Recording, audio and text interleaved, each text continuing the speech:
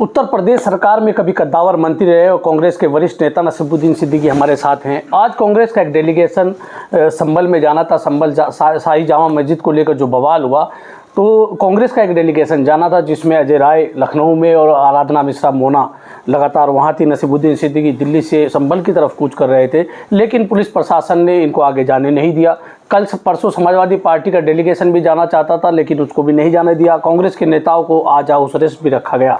नसीबुद्दीन सिद्दीकी संभल जाने थे, लेकिन आज वो मुजफ्फरनगर पहुंचे। असद फारूकी जी के आवास पर हैं, हम उनसे जानेंगे। ये बताइए, आज डेलीगेशन जाना था, क्यों सरकार नहीं जाने देना चाहती? समाजवादी पार्टी का डेलीगेशन भी जाना चाहता था, कांग्रेस का भी डेलीगेशन जाना चाहता था।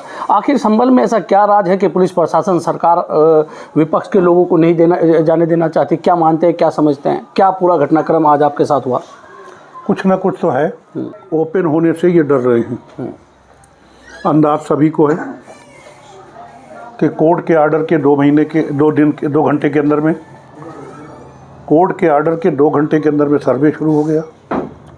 सर्वे पूरा हो गया, दूसरे दिन फिर सर्वे, और दूसरे दिन एक सोची समझी साजिश के तहत 5 बच्चों को गोली से मार दिया, उनका कत्ल कर दिया, हत्या कर दी।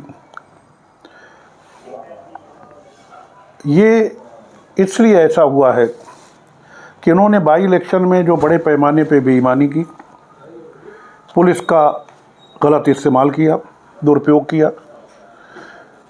ख़ास वर्ग के महिलाओं को, पुरुषों को वोट डालने पोलिंग बूथ तक नहीं जाने दिया गया। पुलिस ने पूरी गुंडागर्दी किसी न किसी बहाने दिखाई और वोट नहीं डालने दिया। महाराष्ट्र के चुनाव में मैं 21 दिन था, बराबर मैं देख रहा था। महाराष्ट्र का चुनाव में जो धांधली हुई वो पब्लिक तक न जाने पाए। तो आपका ये आरोप है कि जो भारतीय जनता पार्टी, भाई महाराष्ट्र में तो भाजपा जीती, दिखाई पड़ता है कि भाई उन्होंने प्रचंड बहुमत हासिल किया, उत्तर प्रदेश में 7 सीटें जीती, तो आखिर क्या वजह थी? आपने जो सवाल उठाया वो लगातार हम भी पूछ रहे हैं कि आखिर सिविल नेचर के मुकदमे में 19 तारीख को ही जजमेंट आ गया, 19 को याचिका दाखिल हुई, 19 को ही प्रशासन के लोग, पुलिस वहाँ पहुँच जाती है, तो आखिर इतनी जल्दबाजी क्यों थी? क्या आप समझते हैं इस चीज़ को? यही तो जानने हम जा रहे थे। आपने बहुत से केसेस के फैसले सुने हैं, क्या कभी ऐसा कोई फैसला हुआ है कि एक पक्ष को सुने बगैर फैसला दे दिया जाए? नहीं, एक पक्ष में भी जब होता है कि भाई कोई पक्ष नहीं पहुंच पा रहा है तब दिया भी जाता है, लेकिन वही मेरे कहने बिना मौका दिए, बिना मौका नहीं, बुलाया ही नहीं, उनको खबर ही नहीं कि कोई केस भी चल रहा है, वरना वो एफआईआर हो जाते, उनको पता ही नहीं था। यही सारी जानकारी जानने के लिए हमारा डेलीगेशन संभल जा रहा था।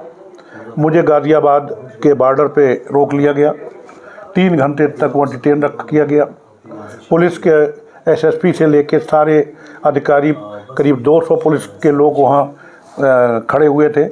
श्री अजय राय को और हमारी सीएलपी लीडर मोना मिश्रा जी को लखनऊ में और कई जगह नेताओं को जगह जगह मुरादाबाद में रोक दिया, संभल में रोक दिया, बिजनौर में रोक दिया, कई जगह पर उनको हाउस अरेस्ट कर दिया गया। ये शासन नहीं, ये शासन इसको हम नहीं कह सकते। ये तो एक तरीके से अत्याचार है, हमारे ऊपर मजाक है, मेरे ऊपर नहीं, हमारे ऊपर। आज गुंडागर्दी करके हंस रहे हो, कभी आप कहते हो कटोगे बटोगे तो कटोगे, कभी आप कहते हो एक रहोगे तो सेफ रहोगे। एक तरफ कहते हो सबका साथ सबका विकास, एक तरफ बटोगे तो कटोगे। एक तरफ कहते हो बेटी बचाओ बेटी पढ़ाओ, बेटी बच नहीं पा रही, पढ़ाओ क्या खाक। तो आपका कहना है कि भारतीय जनता पार्टी के जो नारे हैं वो दो तरफा हैं, कहते कुछ है करते कुछ जब है। जैसा मौका देखा वैसा कर लिया। आज हमारे ऊपर, राहुल गांधी जी के ऊपर हंसने लगते हैं। अरे उस आदमी ने हिंदुस्तान को एक करने के लिए 11,000 किलोमीटर पैदल चला, और राहुल गांधी को देख करके हंसने लगते हैं। उसमें तो मुझे सिर्फ एक अभी शेर याद आ गया कि हमारे जिस्म की उरियानियत पे मत हंसना। उरियानियत माने हमारे फटे हाल, हमारे जिस्म की उरियानियत पे मत हंसना। ये जो तुम ओढ़े हुए हो ये रिदा हमारी है। हमारे जिस्म की उरियानियत पे मत हंसना, ये जो तुम ओढ़े हुए हो, ये रिदा हमारी है, हमारे सामने ज़ेबा नहीं गुरूर तुम्हें, क्योंकि जहाँ तुम बैठे हुए हो वो जगह हमारी है। तो अभी क्या मानते हैं, संभल में क्या स्थिति आप देख रहे हैं? संभल में 24 नवंबर के बाद तो कोई घटना नहीं हुई, फिर सरकार की क्या मंशा समझ रहे हैं कि वो जाने नहीं देना चाहती? सरकार कहती है इससे माहौल बिगड़ सकता है, माहौल संभल का फिर से खराब हो सकता है अगर समाजवादी पार्टी या कांग्रेस के लोग जाएंगे। प्रशासन के लोगों ने मुझसे कहा कि इसकी गारंटी कौन लेगा कि वहाँ आपके जाने से वायलेंस नहीं होगा। मैंने कहा मैं एफिडेविट देने को तैयार हूँ कि हमारे कांग्रेसियों के जाने पे अगर वायलेंस होता है तो उसके जिम्मेदार हम वहाँ असलियत जानने के लिए जा रहे हैं। हम वहाँ जो परिवार पीड़ित है, जिसके ऊपर जुल्म जाती हुई, जिसके घर के बच्चे मारे गए, जिसके घर में कोई नहीं, बहुत से घर ऐसे जिसके घर में कोई था ही नहीं, वो घर पूरा उजड़ गया, उनका दुख दर्द बांटने हम जाना चाहते हैं। जो उनके दिल में आग भभक रही है, उस आग को ठंडा करने जाना चाहते हैं। हम वहाँ वायलेंस करने नहीं जाना चाहते। तो पुलिस की उस कहानी से कितना इत्तेफाक रखते हैं? देखिए पुलिस नहीं, मैं अब पूरा सवाल, पुलिस की उस कहानी से कितना इत्तेफाक आप रखते हैं कि जो उपद्रवी थे वही गोली चला रहे थे, उन्हीं के गोली चलाने से मौत हुई? देखिए एक चीज़ ये समझ लीजिए, पुलिस को जो कहा गया वो उसने आज किया, और पुलिस को जो कहा गया वो उसने उस दिन किया जब गोली चला के 5 बच्चों को मारा गया।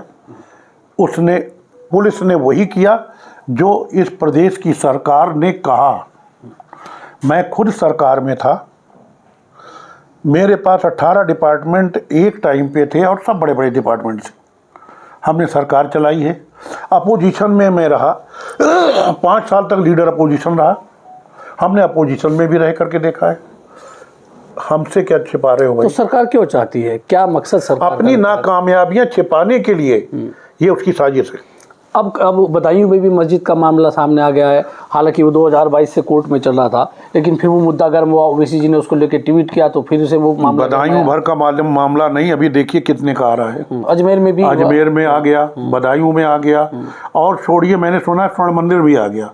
पता नहीं सही है कि नहीं है, अभी तक उसका नई डिटेल नहीं आई है। तो मुझे लोगों ने बताया, जो 1991 बना उसमें तब ये था कि बाबरी मस्जिद को छोड़ के जो राम मंदिर का मुद्दा था उसको छोड़ के कहीं भी जो 1947 से पहले का स्वरूप था वही धार्मिक स्थल का बना रहेगा। तो फिर अदालतें इसकी याचिका स्वीकार क्यों कर रही हैं, क्या मानते हैं आप इसमें? देखिए सुप्रीम कोर्ट भी कांग्रेस गई है, आज अशोक शर्मा और प्रिया मिश्रा गए हैं सुप्रीम कोर्ट में, दाखिल किए कि इससे हिंदुस्तान में सांप्रदायिक सद्भाव खराब होने के जब अदालतें ही कानून का वायलेंस कर रही हैं तो आगे मैं क्या कहूँ।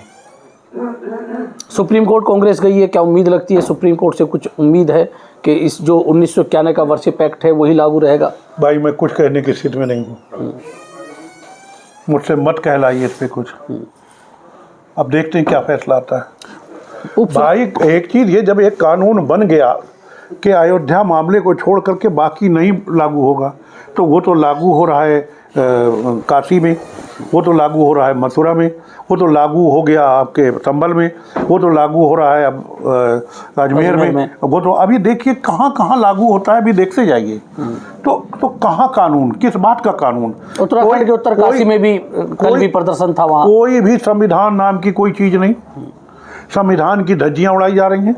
तो जो राहुल गांधी संविधान बचाने का नारा लेके 2024 के लोकसभा चुनाव में चले, कांग्रेस मानती है वो सही है? 100% सही है। उससे पहले हम लोगों ने पूरे प्रदेश के 18 मंडल में संविधान बचाओ संकल्प सभा पार्लियामेंट चुनाव के 1 साल पहले किया था। सहारनपुर में भी किया, मेरठ में भी किया। वो तो हम पहले से लेके चल रहे हैं। संविधान की धज्जियां उड़ाई जा रही हैं, और धज्जियां उड़ा दी गई। आप कहेंगे क्या? बगैर संविधान में अमेंडमेंट किए, बगैर संविधान में संशोधन किए, संविधान को तोड़ मरोड़ दिया गया, और इतनी खूबसूरती से तोड़ा गया कि ना आप जान पा रहे हैं ना लोग जान पा रहे हैं। चलिए, उत्तर प्रदेश में 9 सीटों पर उपचुनाव होना था। उम्मीद थी कांग्रेस और समाजवादी पार्टी का गठबंधन रहेगा, लेकिन अखिलेश यादव ने 2 सीटें देने की चर्चाएं थी कि खैर और गाजियाबाद कांग्रेस को दी जा रही है, कांग्रेस ने मना कर दिया। तो क्या उत्तर प्रदेश में ये गठबंधन टूटने के कगार पे है, या ये 2027 तक जुड़ा रहेगा? सवाल ये है कि आपके नज़दीक गाजियाबाद है और आपके नज़दीक यहाँ से मीरापुर है। कांग्रेसियों ने वहाँ समाजवादी पार्टी के कैंडिडेट को सपोर्ट किया या अपोज किया? अगर अपोज किया है तो आपकी बात बिल्कुल ठीक है, और अगर सपोर्ट किया है तो फिर मेरी बात बिल्कुल ठीक है। नहीं, कांग्रेस के कौन बड़े नेता इन दोनों विधानसभा चुनाव सीटों पर आए? कौन नहीं था? आप बताइए कौन नहीं था? जब नामांकन हुआ, नामांकन से पहले इमरान मसूद भी घूमते रहे, आप भी आते रहे, सब आए। नामांकन के बाद किस कांग्रेस के बड़े नेता ने, जिसको बुलाया गया, देखिए जब कोई पार्टी, अगर हम, यानी समाजवादी पार्टी ने बुलाया नहीं? हम, एक मेरी बात सुन लीजिए, हम अगर चुनाव लड़ रहे हैं तो समाजवादी पार्टी के अलायंस में अगर लड़ रहे हैं तो हमको नाम भेजना पड़ेगा कि यहाँ इनको भेज दिया जाए। जिनको बुलाया गया वो गए।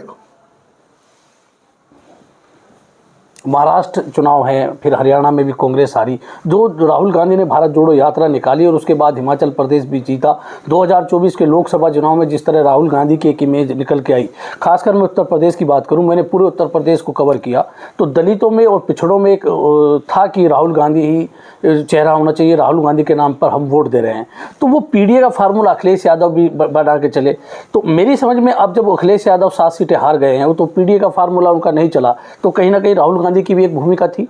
राहुल गांधी को लोग पिछड़े दलित समाज के लोग चाहते थे कि राहुल गांधी को हम वोट करें, कांग्रेस को वोट करें। किसने बना दिया था? नहीं, अब अभी अखिलेश यादव को पीडीए फार्मूला नहीं चला, क्या कहेंगे आप? ये आपके चश्मे से देखने का है। फार्मूला तो वो चला जो बेईमानी हुई, उसके अलावा कोई फार्मूला नहीं चला। और आप भी जान रहे हैं, लेकिन आप बोल नहीं रहे हैं। नहीं। और आपको बोलना भी नहीं चाहिए। नहीं, मैं आपको बता रहा हूँ, अगर मीरापुर सीट की आप बात करें, वोट डालने नहीं दी गया, अगर आप कुछ गांवों की छोड़ दें, क्योंकि हम छोड़ नहीं, मैं बता रहा हूँ, वहाँ भी 60% पोल हुआ है, लेकिन ओवैसी को वोट मिली। कांग्रेस जो प्रत्याशी थे समाजवादी पार्टी के, वो उन्होंने समाजवादी, कांग्रेस तो छोड़ो, समाजवादी पार्टी के नेताओं को नहीं बुलाया, तो उसमें नहीं है। लेकिन बहुत कुंदरकी में क्या हुआ, कुंदरकी में नारा दिया गया कि दूरी है ना खाइए, रामवीर हमारा भाई है। तो भाजपा को, क्योंकि वहाँ कुंदरकी में रिजवान का विरोध था, ये चीज़ आपको समझनी पड़ेगी, समाजवादी पार्टी को समझनी पड़ेगी कि इस बार वोट बटा है। क्या कहेंगे? देखिए, कैंडिडेट के बारे में हमको कुछ नहीं समझना है, क्योंकि सारे कैंडिडेट समाजवादी पार्टी के थे, उनको समझना है। कैंडिडेट के बारे में अगर हमारे कैंडिडेट होते तब आपका सवाल सही था, तब हम माकूल जवाब देते। हम अपने कांग्रेस क्यों नहीं, हम अपने अलाइज पार्टनर के कैंडिडेट के ऊपर उंगली नहीं उठा सकते, ना हमें अधिकार है। कांग्रेस जो है अपना सारा ध्यान महाराष्ट्र में लगाना चाह रही थी। हमारे ज़्यादातर लोग महाराष्ट्र या वायनाड चले गए। आप कांग्रेस के बड़े नेता हैं, मैं एक सवाल पूछूंगा, वो आपका देखना है। क्या राहुल गांधी को जो छत्रप स्टेट के राज्य के छत्रप है, उनसे अलग हटके, क्योंकि राहुल गांधी की एक इमेज बनी, लोग राहुल गांधी को वोट करना चाहते हैं। छत्रप पे राजस्थान में कांग्रेस गई, मध्य प्रदेश में गई, छत्तीसगढ़ में गई, और अभी हरियाणा में भी यही हुआ कि हुड्डा को आगे कर दिया गया, तो जो अति पिछड़ों में RSS ने काम किया, जीत गई। तो कहीं ना कहीं राहुल गांधी को खुद बड़े फैसले लेने चाहिए। प्रियंका गांधी भी लोकसभा में आ गई हैं, उनकी जो आ गई है, तो राहुल गांधी को अपनी इमेज डेवलप करते हुए बड़े फैसले लेने चाहिए। जो स्टेट के प्रभारी हैं, जो स्टेट के छत्रप हैं, उन्हें दूरी बना लेनी चाहिए। मैं आपका सुझाव उन तक पहुंचा दूंगा। चलिए, तो ये थे नसीरुद्दीन सिद्दीकी, जिन्होंने हमसे संबल मामले में बात की, कांग्रेस के मामले में बात की और उपचुनाव को लेकर भी चर्चा की। मैं राशिद अली हूँ, आप हमारा चैनल खोजी न्यूज़ देख रहे हैं।